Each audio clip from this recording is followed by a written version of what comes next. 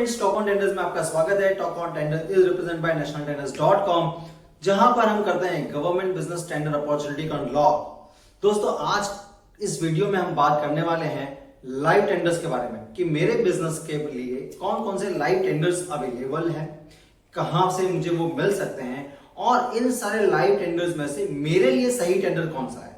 जी हाँ दोस्तों, सही टेंडर्स, क्योंकि हम जानते हैं तकरीबन 15,000 के आसपास टेंडर्स पर डे अलग अलग डिपार्टमेंट के द्वारा अलग अलग बिजनेस के निकाले जाते हैं।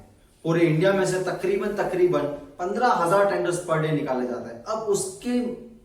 अब उन टेंडर्स में से आपके लिए सही टेंडर्स कौन सा है वो जानना बड़ा जरूरी है। तो दोस्तों, पहले ही देखते हैं कि ये लाइव टेंडर्स अगर आपको चाहिए तो आपको कहां से मिल सकते हैं, क्योंकि सही टेंडर्स और इंफॉर्मेशन मिस कर दी तो इसका मतलब ये हो गया कि आपने बिजनेस अपॉर्चुनिटी को मिस कर दिया। और आज के इस फास्ट युग में कोई भी बिजनेस अपॉर्चुनिटी को मिस नहीं करना चाहता है। तो दोस्तों, इसलिए सबसे पहले ये पता करते हैं कि लाइव टेंडर्स कहां पे मिलते हैं। तो दोस्तों, अलग अलग डिपार्टमेंट के अलग अलग टेंडर पोर्टल हो सकते हैं और काफी सारे डिपार्टमेंट कुछ कॉमन प्लेटफॉर्म पे भी निकालते हैं। ऐसा ही एक common platform government e market place है। जी हाँ दोस्तों, जहां पे तकरीबन प्राइमरी यूजर 1.5 लाख से ज्यादा है और सेकेंडरी यूजर 2.5 लाख से ज्यादा है। तो ये सारे डिपार्टमेंट अपने जितनी भी रिक्वायरमेंट है वो टेंडर के फॉर्म में या डायरेक्टली जेम पर निकालते हैं। अगर आप जेम पे रजिस्टर्ड है तो हो सकता है कि डायरेक्ट परचेज रिक्वायरमेंट आपको आपके पैनल पे मिले, या हो सकता है कि बिजनेस अपॉर्चुनिटीज आपको इन डिपार्टमेंट के द्वारा टेंडर्स के रूप में यहाँ पे लाइव हो। तो आपने जब जेम पर रजिस्ट्रेशन कर दिया है तो आपको वो टेंडर्स आपके पोर्टफोलियो में दिखेंगे। तो जेम के ऊपर आपके बिजनेस के लिए जितने भी लाइव टेंडर्स अलग अलग इन 2.5 और 1.5-4 लाख डिपार्टमेंट के द्वारा निकाली जाती है वो सारा आपको मिल सकती है। सेकेंड पोर्टल है जो CPPP का है, eprocure.gov.in। तो दोस्तों, यहाँ पे सेंट्रल गवर्नमेंट के द्वारा काफी सारे टेंडर्स निकाले जाते हैं। यहाँ पे टेंडर्स सेक्शन में जाके आप अपने लिए जो टेंडर्स है वो आपको ढूंढना पड़ेगा। इन दोनों ही टेंडर्स पोर्टल पर आप टेंडर्स भर भी सकते हैं इन्हीं, या फिर मैं ये भी कह दूं तो चलेगा, अगर वो टेंडर्स आपको यहां दिख रहे हैं तो आपको टेंडर्स भी यहीं भरना है। ठीक है। अगर आप रेलवे के टेंडर्स में पार्टिसिपेशन करना चाहते हैं तो IREPS नामक पोर्टल अवेलेबल है, जहां पे रेलवे के द्वारा जितनी भी बिजनेस अपॉर्चुनिटी निकाली जाती है वो सारी की सारी फ्री में टेंडर इन्फो के फॉर्म में आपको इस पोर्टल पे मिल जाएगी। अगर आपका बिजनेस रोड से रिलेटेड है तो NHAI national highway authority of India का भी अपना एक पोर्टल है, जहां पे भी NHAI से रिलेटेड टेंडर्स आपको इस पोर्टल पे देखने को मिलेंगे। तो दोस्तों, इसी तरह स्टेट गवर्नमेंट के भी काफी सारे पोर्टल है, जैसे कि एनप्रॉक्योर गुजरात गवर्नमेंट का टेंडर पोर्टल है। तो गुजरात गवर्नमेंट के काफी सारे डिपार्टमेंट जो है वो टेंडर, गुजरात गवर्नमेंट के जितने भी डिपार्टमेंट है वो जो टेंडर्स है वो एनप्रॉक्योर पे भी निकालते हैं।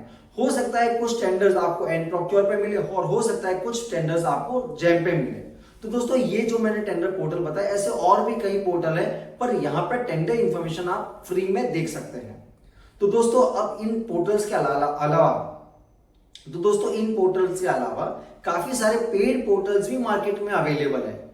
कुछ एग्जांपल की बात करूं, national tenders, tender tiger, tender 247, bid assist जैसे कई सारे टेंडर पोर्टल अवेलेबल हैं, जहां पे आप उनकी पेड सर्विसेज लेके वहां सब्सक्रिप्शंस करके अपनी टेंडर की इंफॉर्मेशन भी वहां से ले सकते हैं। एग्जांपल के तौर पे बात करें तो नेशनल टेंडर्स के अंदर आप सर्विस लेके वहां पे बेसिक एक्टिवेशंस करवा के अपनी टेंडर इंफॉर्मेशन, जो कि इन सभी पोर्टल्स पे जितने भी होते हैं सारे ही टेंडर्स एक ही पोर्टल पे आपको मिल जाएंगे और वो पोर्टल आपको टेंडर नोटिफिकेशंस के थ्रू आपके पास ईमेल पे आ जाएंगे। तो आपको सभी अलग अलग पोर्टल पे जाने की जरूरत नहीं पड़ती है। ये सब्सक्रिप्शन चार्जेस बहुत ज्यादा नहीं होते, बट हमारा समय बहुत ज्यादा बचा देते हैं और टेंडर मिस होने के चांसेस काफी कम। तो दोस्तों, इन पोर्टल्स पर आप अपने बिजनेस रिलेवेंट टेंडर्स जो है जो लाइव वो आसानी से देख सकते हैं। तो दोस्तों, अब मैंने बताया आपको और आपने देखा कितने सारे लाइव टेंडर्स मैं कहां से ले सकता हूं। अब इंपॉर्टेंट है कि अगर मेरी प्रोडक्ट कैटेगरी में मेरे बिजनेस के 100 टेंडर्स निकले तो मैं क्या 100 भरूंगा? नहीं, बिल्कुल भी नहीं। इतना मेरे पास समय भी नहीं है और इतनी एफिशिएंसी के साथ करके टेंडर लगने के चांसेस कितने होंगे वो मैं सोच भी नहीं सकता। तो सबसे इंपॉर्टेंट जो चीज होती है वो ये होती है कि इन सारे टेंडर्स में से मेरे लिए सही टेंडर्स कौन सा है। मेरे काइंड ऑफ बिजनेस के लिए कौन सा टेंडर सही है जिसको मैं भरूंगा तो टेंडर्स जीतने के चांसेस बढ़ जाएंगे। तो दोस्तों उसके 3 इंपॉर्टेंट क्राइटेरिया मैं आपको बता रहा हूं। जी हाँ दोस्तों, 3 क्राइटेरिया, ये लिटमस टेस्ट में से पास होके जो टेंडर्स निकल जाएगा, अगर आप वो टेंडर्स भरते हैं तो आपके टेंडर जीतने के चांसेस ज्यादा हो सकते हैं। सो पहला क्राइटेरिया जो मेरे एक्सपीरियंस से मैं बता रहा हूं वो ये है कि आप प्रायोरिटी डिसाइड कर लीजिए। प्रायोरिटी में आप डिसाइड कीजिए कि कौन से प्रोडक्ट में आपको टेंडर्स करने हैं। आप बहुत सारे प्रोडक्ट्स में डील करते होंगे, ठीक है, इन प्रोडक्ट्स में से किन प्रोडक्ट में आप रेट कॉम्पिटिटिव हो सकते हैं, तो वो प्रोडक्ट आप प्रायोरिटाइज सेट कर दीजिए, ठीक है। सेकंड, कौन से सेक्टर्स में आप भरना चाहते हैं। बहुत सारे सेक्टर्स हैं, हम सब सेक्टर्स में टेंडर्स नहीं जीत सकते क्योंकि सभी डिपार्टमेंट की रिक्वायरमेंट अलग अलग होती है, बट आप सही सेक्टर्स को प्रायोरिटी वाइज डिसाइड कर लेंगे तो आपके लिए इजी हो जाएगा कि इस सेक्टर्स में मैं भरता हूं तो मेरे जीतने के चांसेस बढ़ जाते हैं। तीसरा, लोकेशंस। आप हर लोकेशंस पर काम कर सकते हैं, पर लॉजिस्टिक कॉस्ट, दूसरी कॉस्ट, काफी सारी चीजें मायने रखती हैं। तो आपको जो है वो फोकस करना होगा कि किन लोकेशंस को मैं प्रायोरिटी में रख सकता हूं, कि अगर इस लोकेशन से कोई भी टेंडर निकलता है तो मैं 100% भरूंगा। तो फर्स्ट प्रायोरिटी बेस, और जिसमें फर्स्ट है प्रोडक्ट, सेकंड है सेक्टर और तीसरा है लोकेशन। ये तीनों को प्रायोरिटी में सेट करेंगे तो आप डेफिनेटली 3 सेलेक्ट कर पाएंगे। सेकंड क्राइटेरिया है वो है वैल्यू बेस, जिसके अंदर इंपॉर्टेंट होता है ईएमडी और टेंडर वैल्यू। अब दोस्तों हर एक टेंडर की ईएमडी हो सकती है और हो सकता है कि ईएमडी ना भी हो। अगर सपोज कर लो आपने कोई टेंडर सिलेक्ट किया जिसकी ईएमडी वैल्यू है 1 करोड़ रुपए है, ठीक है, अब वो 1 करोड़ रुपए आप ईएमडी में तो दे नहीं पाओगे, या दे सकते तो बहुत अच्छी बात है, आप उसको क्लियर कर लीजिए, और नहीं दे सकते हैं तो आपको वो टेंडर छोड़ना चाहिए। कुछ एक टेंडर्स में हो सकता है ईएमडी एग्जम्पशंस दिया होता है, अगर वो एग्जम्पशंस क्राइटेरिया में आप क्वालिफाई करते हो तो डेफिनेटली आप वो एग्जम्पशन क्राइटेरिया का यूज करके आगे बढ़ सकते हैं। सो ईएमडी क्या है क्या नहीं है वो आपको चेक करना चाहिए। Second, value.